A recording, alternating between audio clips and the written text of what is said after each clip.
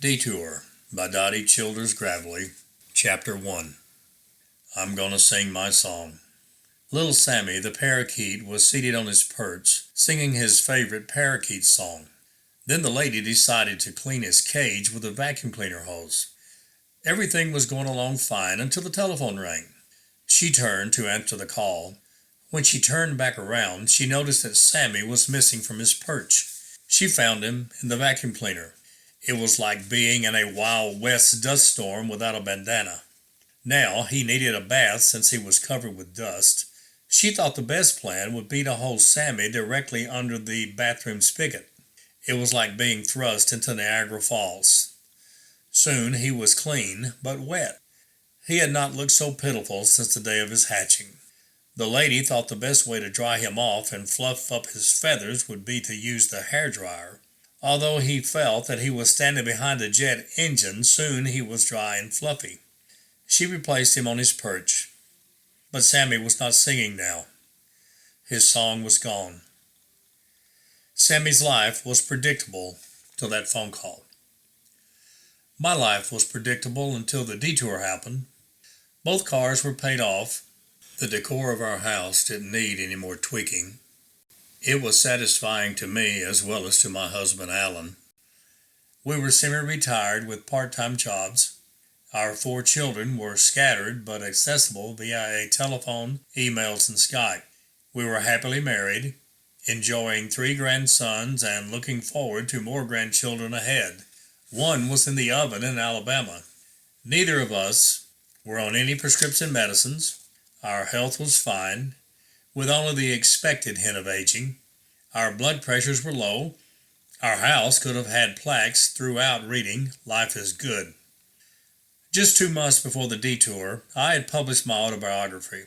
I tried to include tips on parenting based on times we thought we did it right.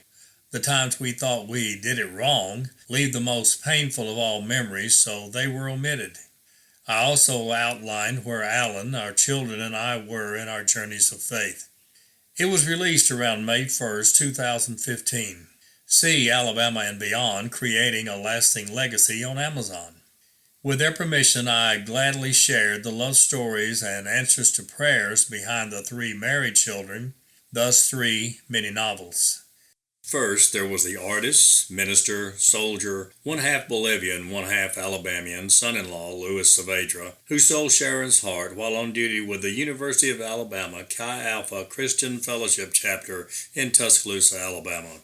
He and some friends once trashed her car in retaliation for a prank by some Chi Alpha girls on one of the Chi Alpha guys' car.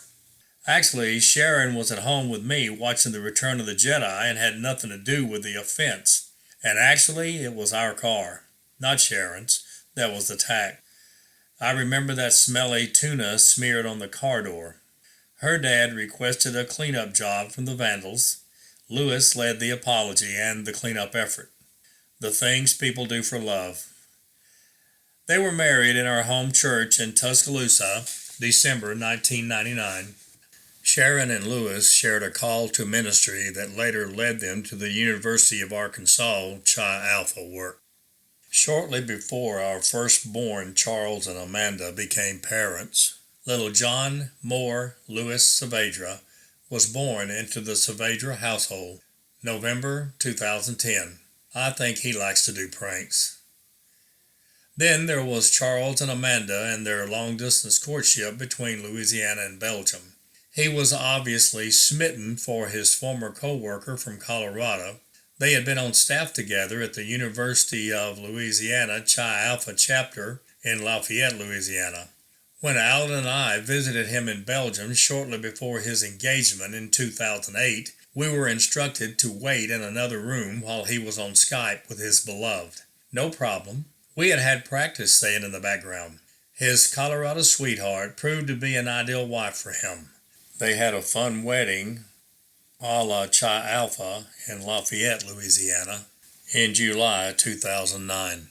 They have 2 adorable preschool sons, Aiden, Isaiah, and Gabriel Scott, and serve as missionaries to college students in Brussels through the European version of Chi Alpha, Students for Christ. As I shared in my autobiography, my heart ached for my younger daughter to find her soulmate. She was the baby girl of the family, and everyone wanted the best for her. But Allison had become discouraged with the whole American dating game after dead-end relationships, a disastrous blind date, and disappointing online dating mismatches. Then, her knight in shining armor, Daniel, appeared through a Facebook friend request. No horse needed these days. Daniel McCumber was a mutual Facebook friend of a friend in Allison's church where she led worship. Daniel seemed to do everything right. First, the friend request, then an invitation to a game night for his singles group at his church, then a first date, then more dates with red roses each time. He admitted later that he was constantly on his knees praying that he wouldn't blow it.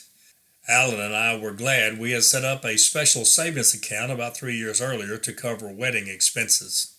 It soon came in handy to pay for that beautiful event in the large chapel at Central Baptist Church in our county in 2013. Alabama and Beyond closed with some comments on prayers that are answered yes, no, or wait a while. The careful reader may have noticed that our Joel was still single and may have guessed that he was getting the last type of answer in his pursuit of a wife. I use the analogy of a prayer on file but pending to those tulip bulbs hidden away in the cold ground of winter. Everyone knows that some gorgeous blooms are going to happen eventually in the right time. Joel was in that pending mode. But just before the detour, it appeared there were some cracks in the soil, some evidence that something just might be ahead for him. We waited to see. Joel was now in his 30s and still attractive. He was the one pursued by many a girl, usually a type A, but had not found the one to whom he could confidently commit the rest of his life. His good looks were not always a blessing. Since the 7th grade, aggressive females had dialed our phone number, usually during the evening meal. "May I speak to Joel? May I speak to Joel?" Oh, it was so tempting to say, "Honey, where I come from, little girls don't call little boys." But I managed to hold that thought to myself because I knew Joel would suffer the next day at school if word got around that his mom was a witch. I just took the caller's name and told her I would let Joel know that she called. Throughout high school, college, and seminary, Joel had some female interests, but they never ended at the altar. Alan and I both felt concerned for him that he was lonely. Alan made some recommendations. Didn't everyone? His boss, home group leader, and friends told him of candidates. He followed up on some of them. I preferred not to play Cupid. My strategy was similar to the one I used with Allison. I had purchased a locket for Allison when there was no man in sight, hid it in my dresser drawer, and gave it to her the day she got engaged. It served as my faith image till the reality happened and she could put her photo in the locket beside one of her honey. I wanted to release my faith for a wife for Joel somehow. I found just the thing. There was a bare spot on the wall with the photo grouping of my 2 sons, photos of Charles on the left and Joel on the right. The bare spot was Joel's side, corresponding to a place on Charles's side with Charles and Amanda and Aiden. I thought, when he gets engaged, I'll put Joel's engagement photo right there. I even had an attractive frame with a print of some fruit in it. The fruit would go and be replaced by a flesh and blood woman who must exist somewhere out there. Surely there was one somewhere who needed Joel as much as he needed her. God would make it happen. I knew it. Psalms 68:6.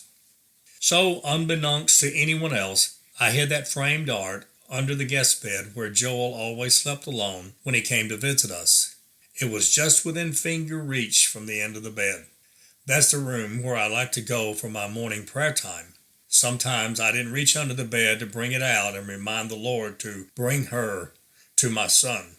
I just felt it with my toe and said, "Remember, Lord?" Tangible objects are not necessary to release faith. We aren't required to have icons to accompany our prayers, but a locket and a photo frame served as reminders to me of prayers prayed and little anchors for persistence and seeing answers ahead. Since the publication of my memoirs, our family felt a little similar to a TV reality family, although not as famous. But we had counted the cost of any loss of privacy for the greater good of helping fellow travelers in their journeys of faith. I was surprised that most of my siblings had read the book within a month. A former classmate from high school asked me to bring a copy to the big event in June.